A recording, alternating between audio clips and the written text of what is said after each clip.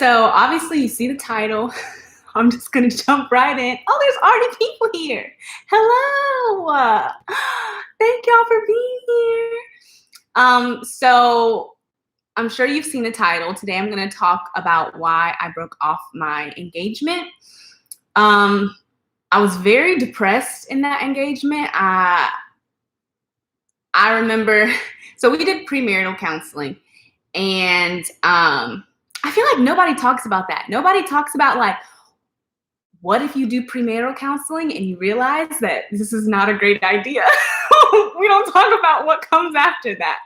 So I want to talk about that today because I feel like it will help some people, because I felt very ashamed. I felt very, there still is, like, I'm a little bit like nervous doing this video today because I'm like, what are people gonna think? But this happens a lot more often than y'all might think. But yeah, I remember doing premarital counseling, and she said, so, when you think about your wedding night, how do you feel? She was wanting it to be this beautiful thing, like, just picture your wedding night. And y'all, I literally busted out boo-hoo crying. Like, it's funny now. It was not funny then. Like, I busted out crying, like tears streaming, like boo-hoo crying. I was just, and I didn't even know why. I feel like, in denial and disconnected from, like, what my body was telling me, that I was just like, but when she asked me that question so straight up, that's what happened. So that's probably, like, the first moment when I really started to look at things a little bit deeper. But quick story. So we got engaged in a very public way, actually. It's not the way that I wanted to get proposed to, honestly. I really wanted it to just be, hey, Joyce. I really just wanted it to be me and the other person, but some things happened, and he ended up deciding to propose, like, on a literal TV show. So that was an interesting experience. But that makes everything a little bit more awkward because it was a very kind of public engagement and public proposal. But yeah, yikes. So it was a very public proposal. And I just, again, I felt a lot of, like, shame and stuff around it. But now I want to be very clear what I'm not going to do today. I am not going to talk negatively about the person that I was engaged to. That's not what I'm here to do. I'm not about to talk about everything that happened and everything. I'm not going to talk about all that. I just feel like it wouldn't be productive, and it also wouldn't be fair. So if you're here to hear all of the juicy details about the things that went wrong, you are in the wrong place. What I am going to talk about is me. I'm going to talk about what I learned. I'm going to talk about what I could have done better, and what I could have done better like on the front end, even before engagement, because that was a very crucial period, the dating period, the vetting period. I'm going to talk about that as well. And yeah, I'm going to talk about how I healed from it afterwards as well. So it should be a really interesting, really insightful conversation, hopefully. And I hope that y'all can take some things from it. So the first thing that I'm going to talk about, let's see, I took notes, y'all, because I don't want to ramble. I feel like this is one of those topics where you could literally, like, ramble on and on for, like, forever. So I took some notes for y'all. Okay, so yeah, I'm going to talk about why I broke off my engagement, why I'm actually very happy that I broke off my engagement, and how I healed. I feel like, honestly, that's the most important part, is the how I healed part. So why did I break off my engagement? The main reason is because when I chose him as a partner, I was not yet in a whole space. I had a lot of healing to do. And you choose your partner from the space that you're in, and you also attract what you are, right? We're mirrors for each other. So oftentimes we attract what we are. And so when I was choosing him as a partner, or when I was just dating in general in that time period, I was not in the same mental, spiritual, emotional place that I am in now. And so I was choosing from a very like, I don't really know, but I was not choosing from a whole place, a very lesser place. I don't know, y'all. I was not as evolved, okay? We grow, we learn, we live, and I was not as evolved at all. It's amazing how much you can grow in like a short amount of time. But I didn't know what I wanted. I didn't know what I needed. I didn't know the difference between someone who's a good guy and someone who can lead a household. And I've learned that that's very different. Someone can be a really good guy. Someone can be a beautiful man that has had all kinds of, whatever experiences, and still not be prepared mentally, emotionally, just practically to lead a household. And when you are entering into marriage, at least for me, I want to make sure that I'm with someone who can lead a household. And that's not to say that I won't be a leader in my household as well, in my own rights and in my own respects. But I know that certain qualities are necessary to be a husband, and certain qualities are necessary to be a wife. And one thing that I will say is I was not ready to be a wife to someone who had that much growing and learning still left to do. And I feel like, especially in the Black community, we have this like really strong, like ride or die narrative, and this really strong, like struggle narrative. Like, we're going to struggle and we're going to make it together. And I'm sorry, I'm not subscribing to that no more. I don't believe in that.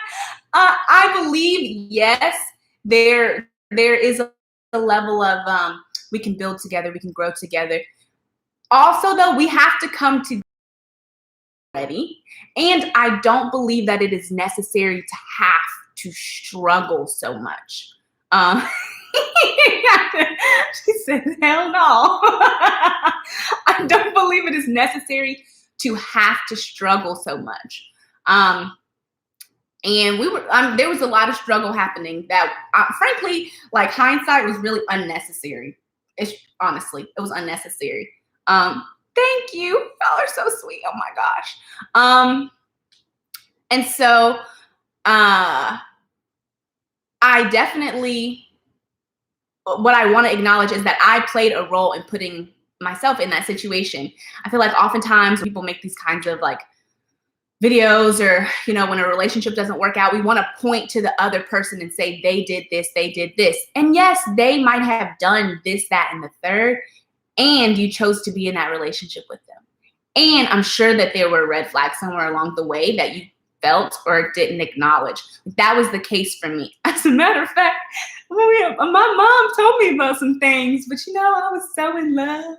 I was just like, no, that's not what that means. It's fine. And honestly, something else that we don't talk about is like how oftentimes, and I've talked to some friends about this as well, oftentimes we don't know, especially if we've not seen a healthy relationship before, we don't know, okay, is this issue, is this challenge something that is meant to be worked through, or does this challenge, is this a red flag? Does this mean it's time to chuck up the deuces? And for me, I've not seen examples of healthy relationships before. And so I didn't know what things were to be worked through and what things were like chuck up the deuces. So to me, like everything could be worked through, and that it just wasn't quite true. And so I stayed a lot longer than I probably would have, knowing what I know now. And that's okay. And let me see, does that bring me to my next point? Oh, another thing that I will say that I think is so, so important for women to hear. I got to the point where I was waiting for him to change as opposed to loving him where he was and as he was. And that felt icky for me, and I know that it felt icky for him. And I don't feel like anyone deserves to be in a relationship on either side where someone is just like waiting around for you to change because for one reason or another, they're just like not satisfied in the relationship, or they just, you know, are not fully loving you where you are. And that sounds icky to say, honestly. Like it feels icky for me to say that, but it's the truth. It's how I felt. And because that's how I felt, and because I knew it wasn't beneficial for me and it wasn't beneficial for him, I decided to leave. It was hard. It was very hard. It's very challenging to make a decision like that when you love someone, but you realize that like, this really is not healthy. It's really not healthy. And I just kind of like felt like I failed. Like, you know, I'm in this situation. I'm with this guy. We're engaged. Our families done met. All this stuff has happened. That's a great question. She said, I think, is it a she? She? I can't see. Oh, is that a thing from Game of Thrones? The question is, did you give the ring back? I did not give the ring back. The reason I did not give the ring back is because he didn't pay for the ring. I say Oprah paid for the ring. The engagement, we got engaged on the OWN network. So only reason I didn't give the ring back is because he didn't pay for the ring, if that makes sense. So if you feel like that's wrong, I understand. But yeah, I didn't give the ring back. If he would have bought the ring, I 100% would have given the ring back. I feel like that's irrelevant, but you asked, so I answered. I'm an open book here. Okay, I'm gonna move on to the next portion, which is why I am happy that, wow, okay, so that was never going to work.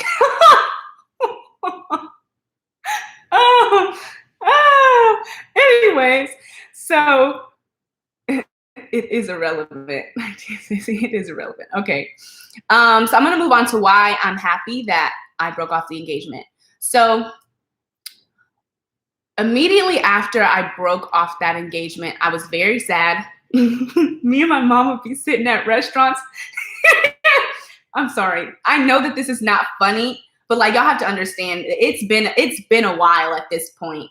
And I've done a lot of work and a lot of healing to get past this. So for me, looking back on it, like I almost can't believe that I allowed myself to be in a situation like that. But I'm so glad. And the reason I'm so glad is because I learned so much. I learned so much about myself. I learned so much about relationships. I learned so much about what I want and what I need. I learned so much about who I am and who I want to be in the context of a relationship. In that relationship, I found myself being very much in my masculine energy. And that's not where I naturally reside, especially not in a relationship context. Maybe like out in business a little bit. But even then, like, even when I do like YouTube, hair, it's very feminine, very creative. Like that's where I thrive. And in that relationship, I was kind of like, I was having to be very much a masculine energy because I didn't feel safe resting in my feminine. So I'm happy about it because I learned a lot. It was very painful when it first happened. And I think that that's important for y'all to know as well, is that like, I didn't just get over it overnight. Like I wasn't just like, oh, this isn't working, like deuces. It was a very painful process. I was also not sure if I was making the right decision when I made that decision. I was just I had allowed myself to, when your body tells you something for so long and you repeatedly don't listen, then your body starts trusting you and you get confused because now you don't know what the truth is anymore. Because when you were told the truth, when you felt the truth, when your intuition, when God was like hollering at you, you took it and you morphed it. And so that's what I did. I kept getting hollered at and then I morphed it. And so then I was very confused. So I definitely wasn't sure if I was making the right decision when I first made it. And, but I I received clarity later on. Once I was able to get in a much healthier mental space and a place of a lot more peace. The clarity came quick. So again, I was happy and I am happy because I learned a lot and because I have so much peace. Like, honestly, you can probably watch my videos and just see how happy I am, even when people are coming for me in the comments, and you can see how much peace and joy I have in my life. And I feel like everyone deserves to have that. And anyone who's, whether it's friends, family, whoever's in your life, they need to be supplementing that. You bring that joy and the happiness to yourself. No one else can make you happy. Anyone who's around you, though, they need to be supplementing that. And if they're not supplementing that, then you need to analyze that relationship, honestly.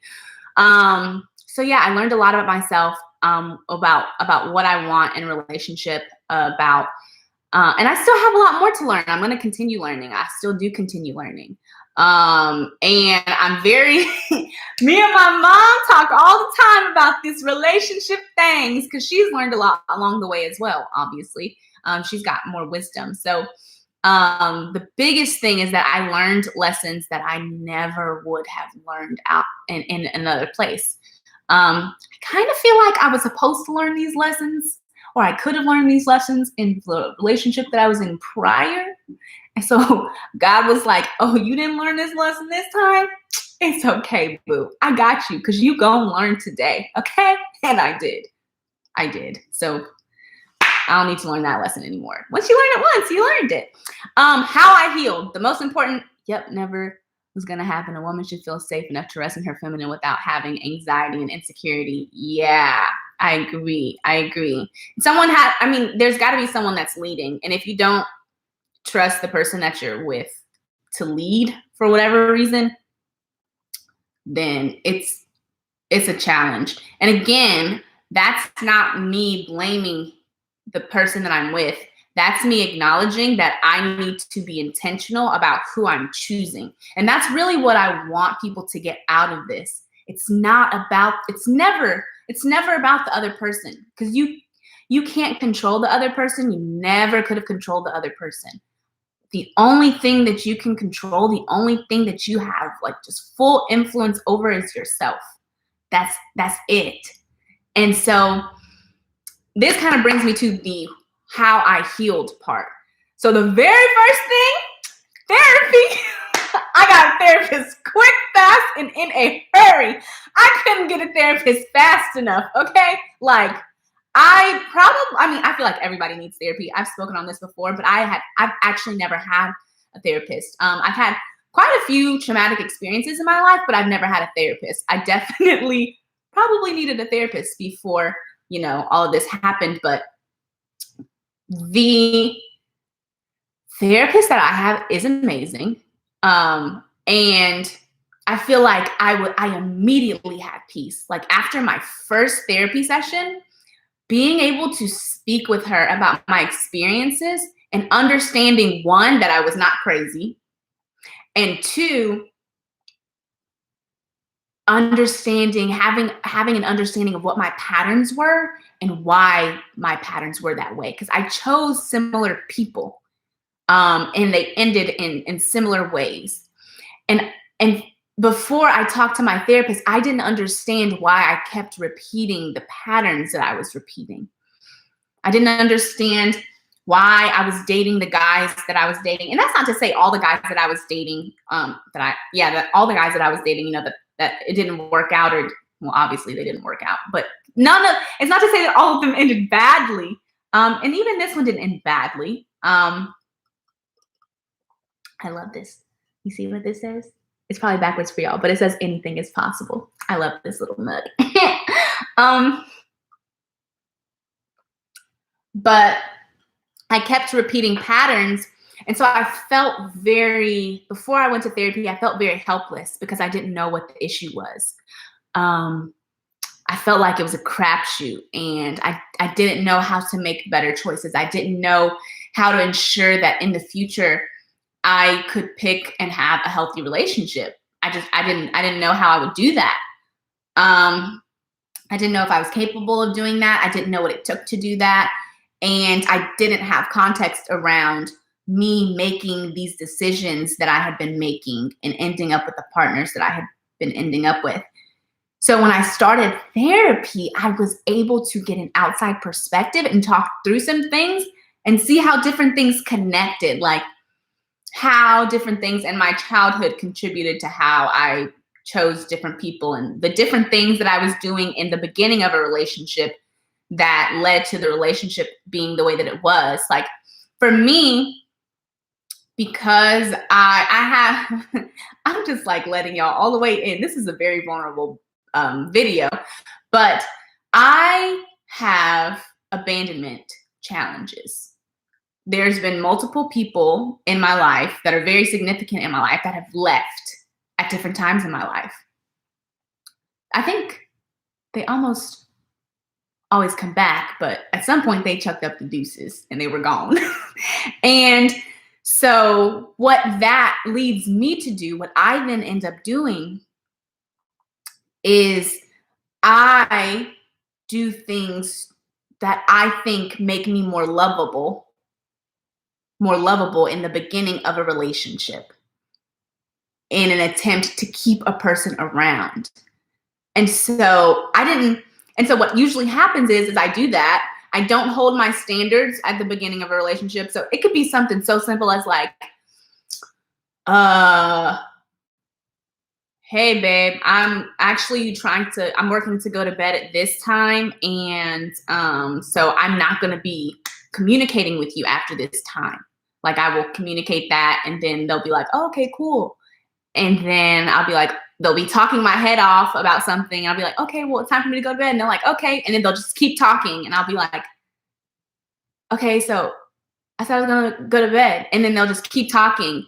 Instead of me being like, hey, I gotta go, bye, I'll just kind of be like, well, okay, whatever. I guess it doesn't matter that much. And like, that's a very small example, but I'll do that in different ways and I'll do it repeatedly. So different things like that. I just like work to serve, do so much for the other person.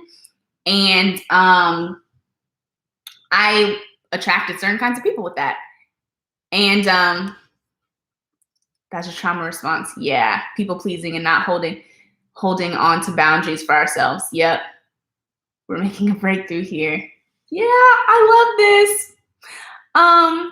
And so it definitely is a trauma response. Like the people pleasing, I am a recovering people pleaser.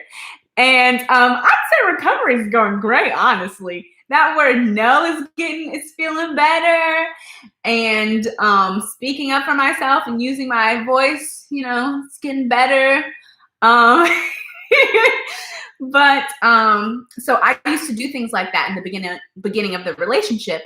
And so then what would happen is as the relationship went on, I started to be like, this is BS. And I don't really like the way that you treating me. But the thing is that they would be treating me the same way that they were treating me the same way that they were treating me at the beginning. So now I feel guilty because I'm speaking up all late and they looking confused and trying to work to like figure out how to change. Because at this point they care about me as well. So they're trying to figure out how to change and how to accommodate this new information. And we both sitting there looking crazy. And it just doesn't work. Like you have to come as your full self from the very beginning.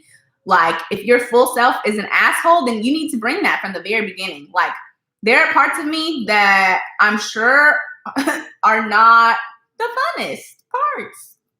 That's just the truth. That doesn't mean I'm not lovable though. And that applies to everyone. Everybody is imperfect. Nobody is perfect. And I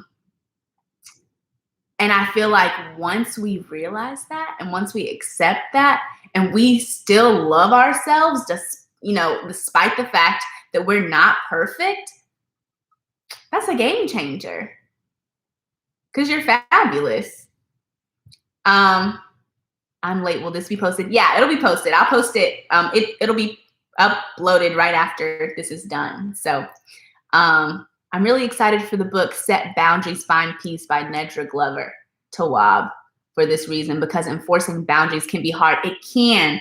And that's something that I'm working on, boundaries and using my voice with my therapist right now. Those are big ones. I'm also working with, I'm working on this for sure, no relationships until I know myself, know my needs much better. That way I can communicate them to my partner. Yeah, I think that's great. And if you have a therapist, it helps. It just really does. I feel like I've grown leaps and bounds since therapy. So yes, how I healed, the first thing is definitely therapy.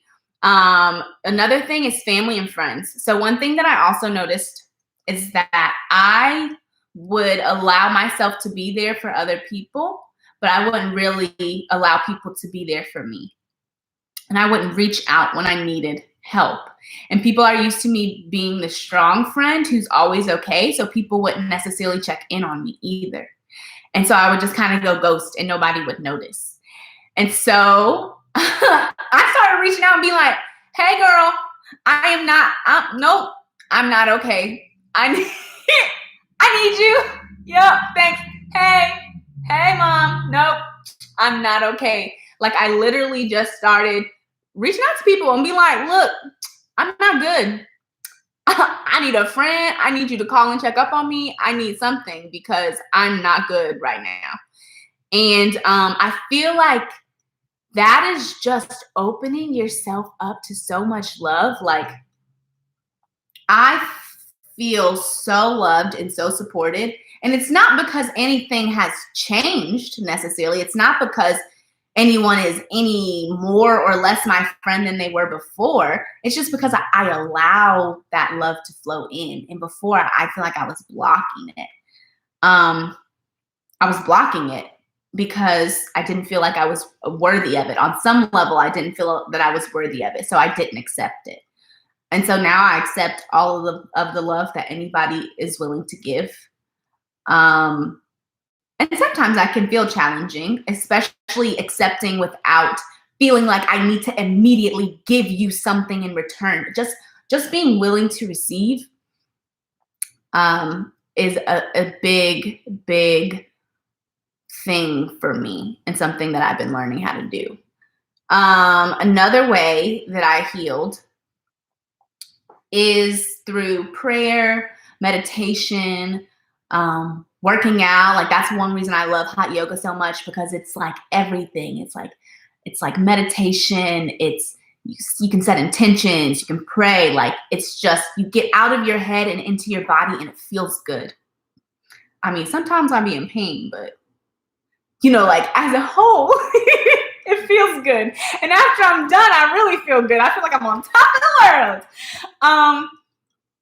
And just doing things that I love. Like, so really y'all are witnessing a part of my healing journey as you're watching my YouTube videos, which is really cool because YouTube is something that I really enjoy doing. And for so long, I was just like really scared to do it. And so I challenged myself to this 30-day challenge thing just so I could get used to putting myself out there and release the idea of perfection, because that's really what kept me from posting on here was fear of not being perfect. And if I'm not perfect, then people won't love me. And if people don't love me, then I'll die alone. It's dramatic, but like when you really sit there and think through your fears, like that's kind of how it is. It's like, oh, well, if I say no to this person, then they, might get upset with me. And if they're upset with me, well, then like they won't love me anymore, or they'll think I'm a bad person. And if people think I'm a bad person,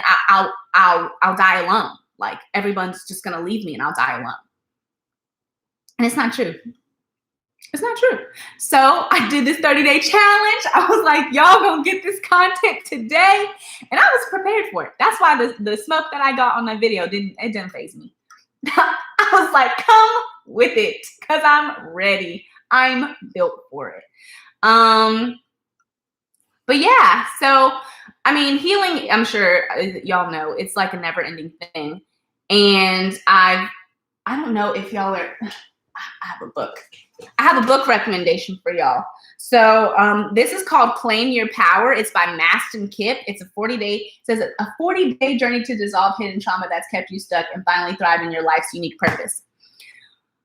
I've learned to just look up Maston Kipp in general. Maston Kipp is phenomenal, and he talks about healing using both spiritual elements and science. Because I'm sure you've met someone that's like real woo-woo and real spiritual, and you've met someone that's like so scientific that they don't even acknowledge the spiritual, and he puts them both together, and I love it. He does it so well. But one thing that he talks about is that your trauma, it does not go away. It does not go away. You learn how to manage it better. But the thing is that we always reach different levels, right? So, you know, right now, you may be dealing with a certain level of stress and certain things in your life that trigger certain things. Your triggers don't go away. That trigger certain things. Well, you may work past that level of trigger, but there will be something new in life that happens later that will trigger that again, and you will have to address it again, and that's okay. The key is making sure that people around you are aware of your triggers and are aware of, you know, like what happens when that's going on, and that you're aware of them too, so you can like regulate it and notice it when it happens and understand like, oh, okay, I was triggered. That's fine. That's okay.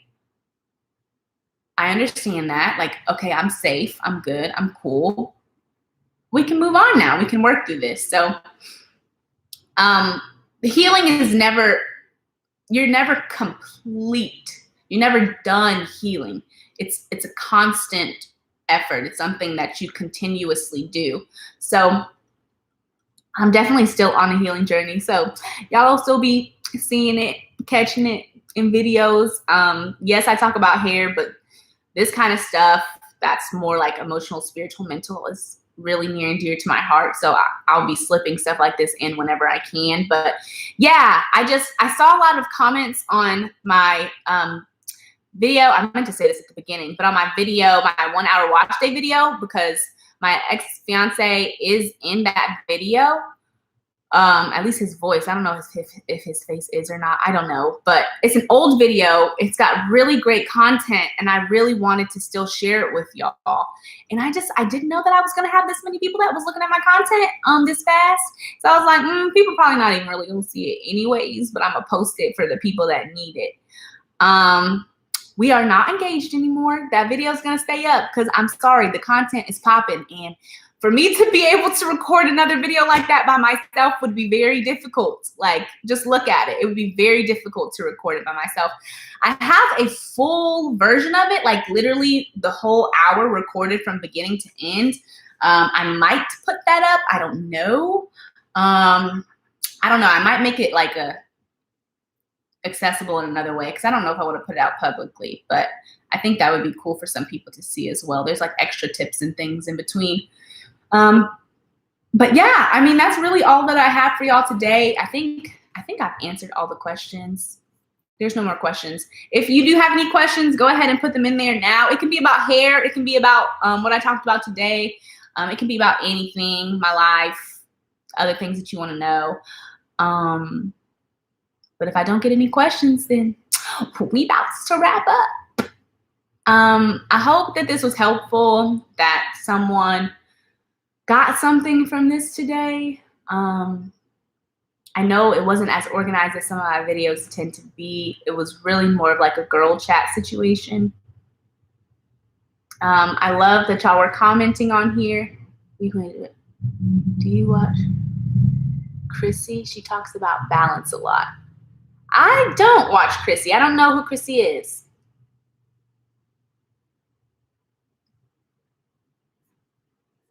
I don't know who Chrissy is. Okay. Well, it doesn't look like there's any questions, so I'm going to hop off. Y'all, this is day 29 of my 30-day challenge of posting a video every day for 30 days, and I'm hyped because I'm almost there. Thank y'all. Thank y'all for being on this journey with me. Thank you for being on here tonight. I thoroughly appreciate it. Y'all are great. Y'all are awesome. Y'all are beautiful. And I'll see you tomorrow in another video. Bye.